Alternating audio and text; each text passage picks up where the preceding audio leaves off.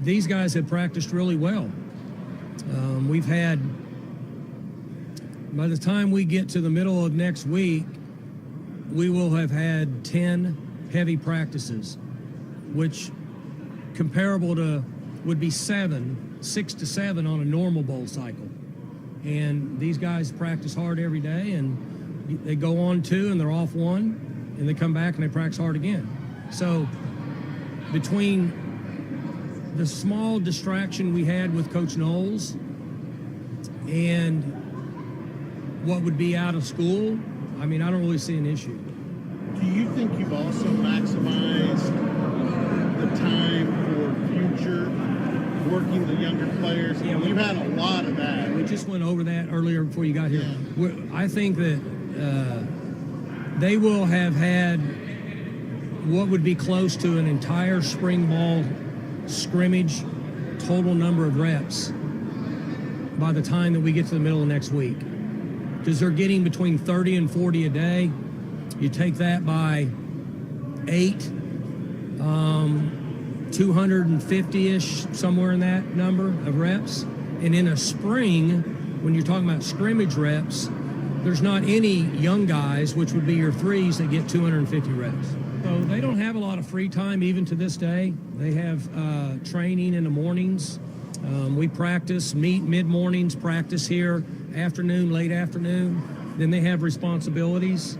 Then they get time at night. Now, they can go do anything they want. We just don't have any issues here. I mean, this system runs itself. I've said it. I'll say it again. I could walk away for a month and they'd be just fine without me. And we have good young men that understand responsibility. I'm not saying they can't make a mistake. That could happen, okay? But there's 138 of them, and we don't really have issues. So they understand the importance of nutrition, sleep, proper hydration, training, all the things that give them the best chance to play well, they do. We don't have bed check. We don't police them, they police themselves. I don't have bed checks. Players? They police themselves. Has that always been like that? Started about 2 years ago.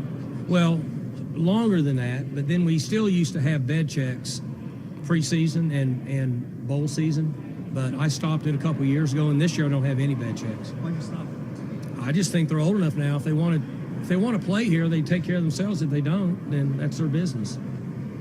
It's almost like coaching in the NFL. If you play hard, you get a job. If you don't, we cut you.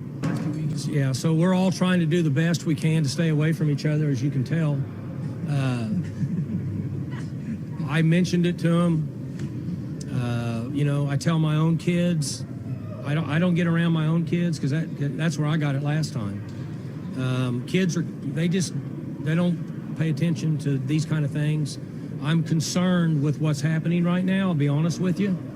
Very selfishly,